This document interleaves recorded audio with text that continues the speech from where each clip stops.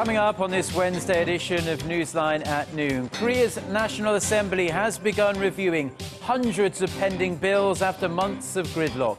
Dark clouds are already forming, though, as some very sensitive issues are due for debate in the coming weeks. Messaging service provider Kakao and net portal Daum have formally merged to create a new giant in Korea's internet service industry that's been dominated by Naver up until now.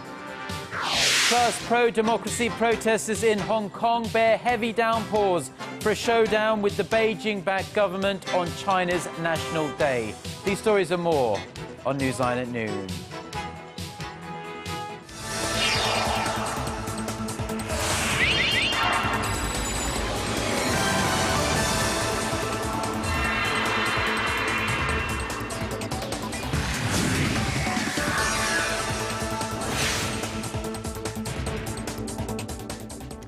It's noon Wednesday, October 1st here in Korea. Thanks for tuning in live from Seoul. I'm Eoh Jin-joo. It's very good to have you with us. I'm Mark Broome. Our top story this lunchtime. After months of inaction at the National Assembly, lawmakers finally got back to doing their jobs on Tuesday night. This after a deal was struck on the contentious Seoul ferry bill.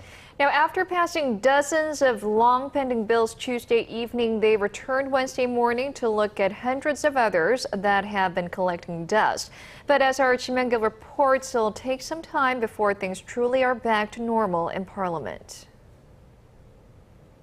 The National Assembly, after being gridlocked for months over a bill designed to investigate the causes of April's ferry disaster, is back in business.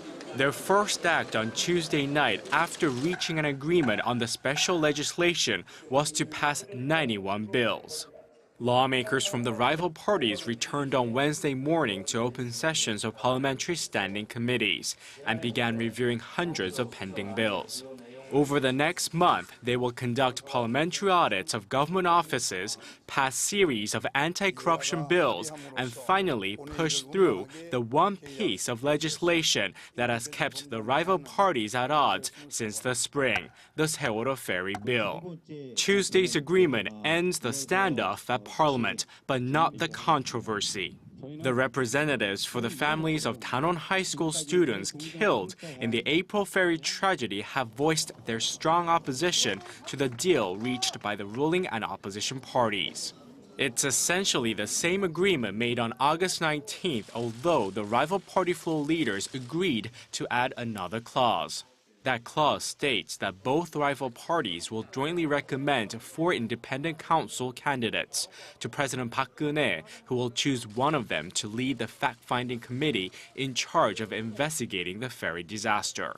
The option of allowing the victims' families to participate in the process will be discussed later on. The victims' families have been firm in saying they want more power in the nominating process. While the National Assembly is back at work, the actions of the lawmakers over the coming weeks and their ability to move beyond their differences over recent months will determine whether parliamentary affairs truly are normalized. Kim Young-gil, Arirang News. Korea's second-largest internet portal, Daum, and the country's #1 mobile messaging service, Kakao, have now officially come together as one. Stocks in Daum Kakao, an entity valued at nearly $9.5 billion, can now be purchased on Korea's tech-heavy Kosdaq market. Hung Jie reports. It's official. Daum Kakao, born through the merger of Korean internet portal operator Daum Communications Corporation and messaging application firm Kakao Talk, was listed on the Korean Stock Exchange on Tuesday. The merger has created the biggest company on the country's tech-heavy Kosdaq, with market watchers expecting the entity's market cap to reach 10 trillion won, or roughly $9.5 billion. That easily surpasses current #1 Celltrion on the secondary bourse, whose market cap stands at around $4.5 billion. Daum and Kakao have been preparing to launch a united entity since May this year when they announced their merger. Kakao has been diversifying its business portfolio, introducing services like bank wallet Kakao, a mobile platform that provides small sum financial transactions and mobile payments. Daum has been focusing on its role as a search engine, launching specialized services for better search results. Analysts say Kakao Kakao may eventually seek a listing on the country's main bourse after serving out its minimum requirement of 3 years on the Kosdaq. And Kakao Kakao has made clear the merger will mark the start of its full-fledged efforts to emerge as a global communications, information, and life platform provider. It also signals a shift in Korea's internet portal dynamics, currently led by the country's top portal operator, Naver. Hwang Jie, Arirang News. Korea has posted a trade surplus for the 32nd consecutive month in September, with exports rebounding from a contraction the previous month. The Trade Ministry said Wednesday that the country's outbound shipments came to nearly $48 billion last month, up about 7% from a year earlier. The rise in exports are attributed to strong performance of the main export items such as steel, computers, and machinery. Another notable thing is that exports to China went up for the first time in 5 months. Imports, meanwhile, grew at a slightly faster pace than that, recording an 8% jump to $44.3 billion. This led to a trade surplus of roughly $3.4 billion. And Korea's consumer prices grew at their slowest pace in 7 months in September, continuing a downward trend that dates back to June. Statistics Korea said Wednesday that the consumer price index rose 1.1% last year compared to the previous year. The agency attributes the slowdown to stable oil prices and a drop in prices of manufactured goods, especially electronic devices. Now, the 1% range inflation rate has continued for the 23rd month now, which is well below the central bank's target range of 2.5 to 3.5%. Agency officials say, however, that there's a good chance consumer prices will rise more sharply towards the end of the year. Now, the United States has stated in pretty clear terms that talks are underway with Seoul over introducing a US-designed missile defense system to South Korea. The comments by a high-ranking US defense official have left the South Korean government with a bit of egg on its face, as it has previously denied reports that it was planning to adopt the so-called THAAD system here in South Korea. Connie Kim reports. A top U.S. defense official has confirmed Washington is mulling over plans to deploy a terminal high-altitude area defense, or THAAD missile defense battery, to a location in the south. Speaking at a forum organized by the Council on Foreign Relations on U.S. Policy in Asia, Deputy Secretary of Defense Robert Work said Washington and Seoul are discussing the option to deter any North Korean nuclear provocations. We are considering very carefully whether or not to put a THAAD in South Korea. We're doing site surveys. We're working with the government of South Korea now to determine if that is the right thing to do. The so-called THAAD system is a key part of the U.S. missile defense system that can strike down medium and intermediate-range ballistic missiles in mid-air. The U.S. official underscored that the deployment, while complicated to set up, will become an important part of regional defense. He also noted that Washington is well aware of the possible backlash involved in deploying the system in South Korea.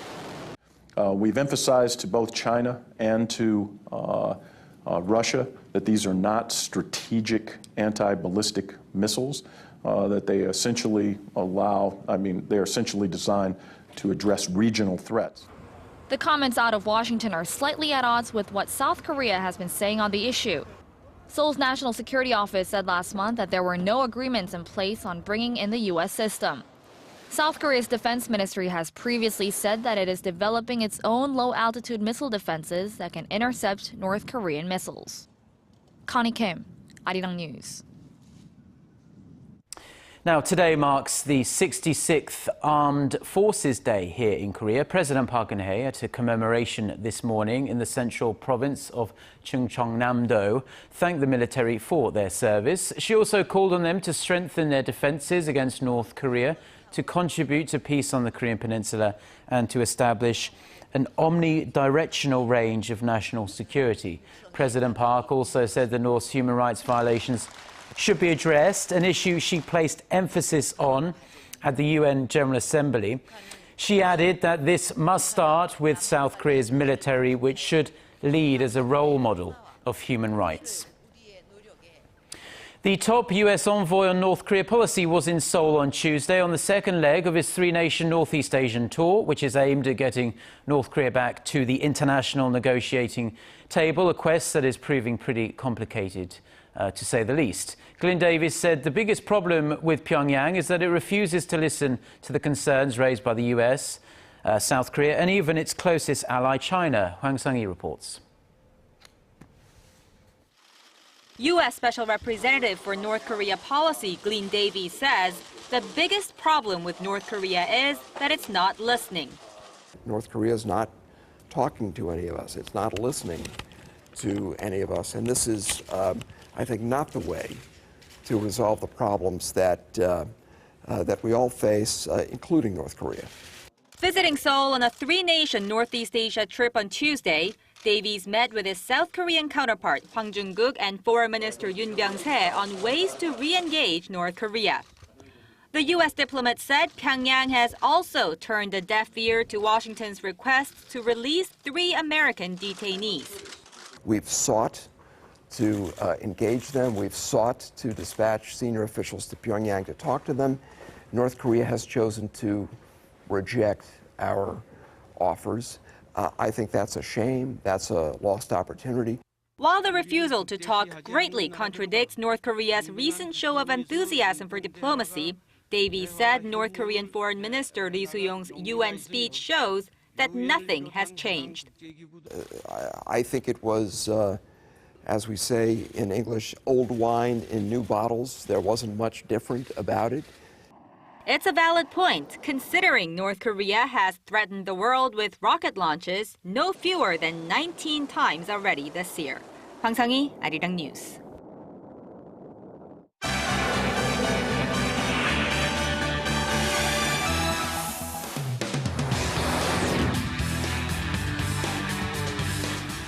Now let's shift our attention to the global headlines we're following this hour. We'll connect to our Eunice Kim, who's standing by at the news center for us. Eunice, the mass demonstrations in Hong Kong continue, and with today marking China's National Day, we're expecting these protests to get even larger as the day progresses.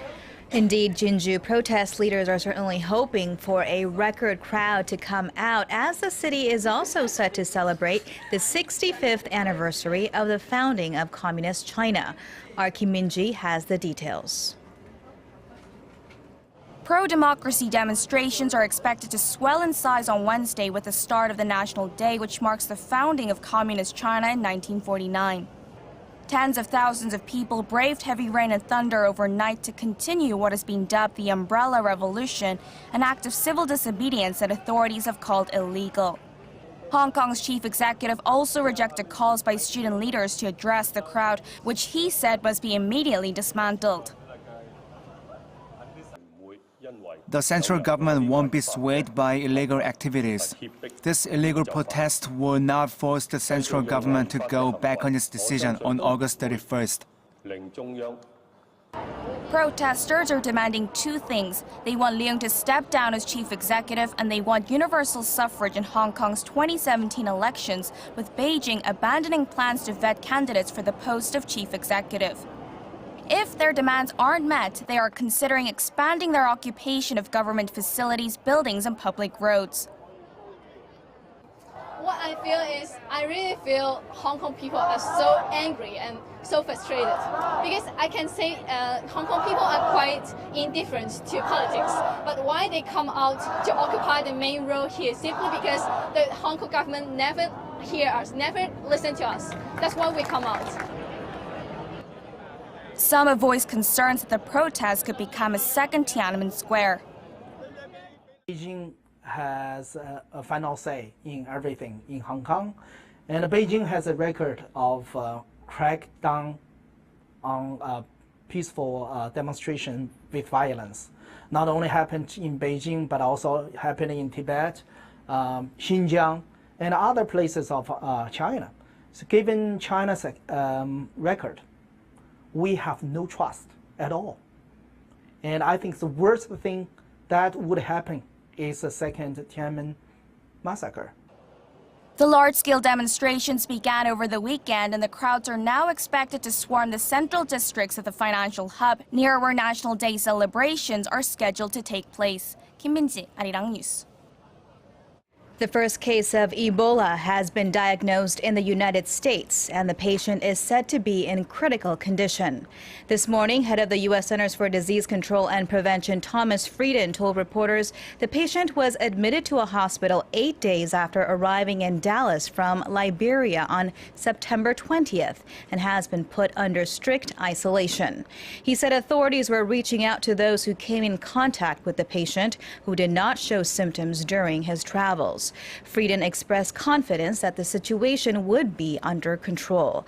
This as the CDC had earlier reported the Ebola outbreak in Nigeria and Senegal appears to be over, with no new cases observed in about a month. But the outlook in Sierra Leone and Liberia remains dire as the number of Ebola deaths eclipses 3,000. And finally, in some business news, American e-commerce site eBay has announced it is spinning off its e-payment business, PayPal, and making it its own publicly traded company. eBay Incorporated explained that the move is a strategic one that would allow the two companies to better respond to emerging opportunities and challenges. It would also allow PayPal to ink partnerships with companies viewed as eBay's competitors. The move marks a major reversal from the company's previous stance against the strong recommendations of activist investor Carl Icahn, who had pushed for the company to split. I'm Eunice Kim with the global headlines. Back to you. Well, thank you very much, Eunice, for those headlines there. Now, roughly 500 million Chinese people are expected to travel inside and outside of their nation during the Golden Week, the National Day holiday, which started on this Wednesday. Right, and the number of those traveling to Korea is on the rise as well. Kwon-soo shows us what Korea has to offer to them, besides the usual fancy five-star hotels and duty-free shopping. Flights have been overbooked and hotels fully reserved by the many Chinese tourists who have chosen to enjoy their National Day holiday this year in Korea. Around 160,000 Chinese visitors are expected to visit the country during the Golden Week from October 1st to the 7th, which is around 35% more compared to the same period last year. Some come to experience the Hallyu or Korean wave, the local scenery, the food, and to shop. In fact, most of their vacation expenditures goes to shopping. I shop a lot in Korea. I especially buy a lot of makeup. It's cheaper, and using it makes my skin look very natural. But after the shopping sprees, the question is, would they come again? Not that many products have been developed that could increase consumption in the cultural field. Chinese tourists are interested in K-pop, but what they are mainly able to do is just buy CDs or T-shirts with their favorite stars. But if you take a look around, efforts are being made to offer Chinese tourists more. Just in time with the holiday and the Incheon Asian Games, Incheon's Chinatown aims to shift the attention of Chinese tourists away from shopping malls toward other attractions. The Incheon China Culture and Tourism Festival, for example, will open this week under the theme of Korea-China Cultural Exchange, attempting to attract visitors with traditional performances and discounts for events, shops, and restaurants. Chinatown may seem like an unlikely destination for Chinese tourists, but they are interested in seeing how their people live in Korea. So we're working with travel agencies to attract visitors with special programs, along with the Asian Games. And with nearly 900 Chinese athletes to cheer for, this year's holiday will be even more special, with cultural festivals taking place outside stadiums. But experts say the tourism industry should be looking ahead for future attractions to bring visitors back in the coming years. Kwon-soo, Arirang News.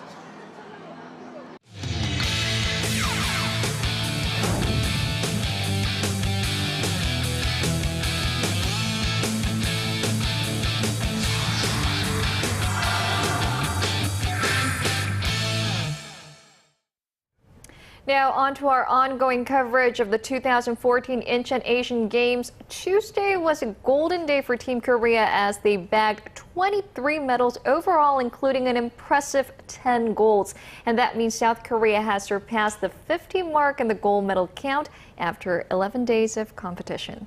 Yeah, well, we don't want to be too negative, but Team Korea set the target of winning 90 golds before the Asian Games, and it looks so far that South Korea isn't going to make it even close to that very ambitious target that they set themselves. But on the positive side, though, South Korea is virtually guaranteed the second spot behind China, a much bigger country in terms of population, of course, in the medal standings. And joining us for the latest on the Games is our Song Ji-sun. And so, Ji-sun, it turned out pretty good for South Korea yesterday. That was the biggest day in terms of golden news, and it was a slow day in the beginning, but the news of golden victory started flowing into the afternoon. South Korea on Tuesday won 3 gold medals in bowling, 2 gold in soft tennis, and 1 in wrestling. Now, bowler Lee Na-young became South Korea's first triple gold medalist at this year's ASEAN after winning the women's all-events competition, combining her scores in the singles, doubles, trios, and 5-player event. South Korean sailors also grabbed 4 golds and a bronze in one day, and we saw the rise of a young athlete who has barely entered his teen years. 13-year-old Park Sung-bin became the youngest gold medalist on the Korean squad, and at this ASEAN so far, standing at the top of the podium in men's optimist event. Well, that really is an incredible achievement for such a young man. I'm sure his family are extremely proud of him, and he's going to be a very popular boy at school, I'd imagine, as well. Now, let's move on to the men's football. We're all set for an all-Korea final. Right, inter-Korean match for football final, and if they take the gold, it will be 28 years for Korean team to win the gold and 36 years for the North Korean team if they win the final match. Now, South Korea beat Thailand 2-0 in the men's football semifinals on Tuesday night, scoring their first in the 41st minute with Lee Jong-ho heading in a cross by Im Chang-woo. And just minutes later, Captain Chang Hyun-soo slided home a penalty kick for the home nation. South Korean squad easily held on to their 2-0 lead throughout the second half to advance to the final. So far, they have not let in a single goal in all of their matches at this ASEAN. Earlier in the evening, North Korea beat Iraq 1-0 in their semifinal clash. And Tisa, we also hear that a list of Asian Games stars has been released of those who will be up for the most valuable player honor. Right, that will be the most honorable award an Asian player could receive at this ASEAN. And the organizing committee, they actually released the finalist list for this year's MVP award. And South Korea actually represented by 2 athletes, which are South Korean fencer Nam Hyun-hee and judoka Kim Jae-bum. Also making the cut is the most decorated player at Incheon 2014, which is Japan's rising star swimmer Kosuke Hagino, who grabbed 7 medals, 4 of which were gold. The organizing committee took into account the number of medals won, whether the athletes had won medals in 2 or more consecutive Asian Games, and whether the new records were set when deciding on these finalists. Well, good luck to all of those athletes. Let's hope the South Korean players win the MVP. And what events should we be looking forward to on day 12 of these games? Well, it's a busy day for the athletics because there are a lot of finals in track and field, so you should keep your eyes on that field as well. And we also need to look at the women's final for a football match where the South Korea will try to get the bronze, while the North Korea will shoot for the gold against longtime rival Japan. It is the first day of competition for rhythmic gymnastics, where Korea's star athlete Son Hyun-jae will take part in the individual preliminaries and the team final. And moving on to the evening, although Korean athletes failed to earn a gold in Taekwondo on the first day of the sports competition on Tuesday, they will try again today in 4 different weight categories, but the knockout stages have already started ongoing from this morning. So a lot of events to look forward to. Thank you, Ji-sun, for the coverage today. We'll see you back here tomorrow, again at noon. Yes, thank you, Ji-sun. Now, let's take a look at the most recent medal standings we have with just 3 days of the Incheon Asian Games remaining.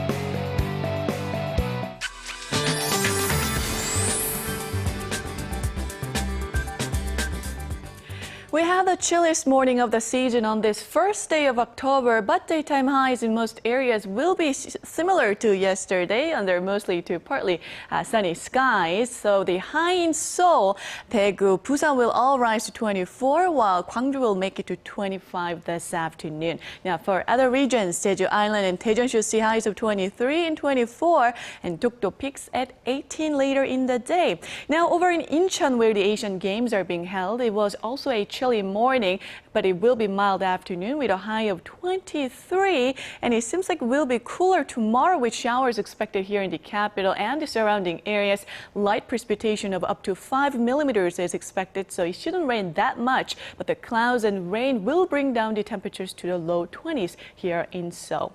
That's all for now. Have a wonderful rest of the day. Thank you very much, Jion, for the weather there, and those are the stories we're following at this hour. Mark and I'll be back at the same time on Thursday. Thank you for watching.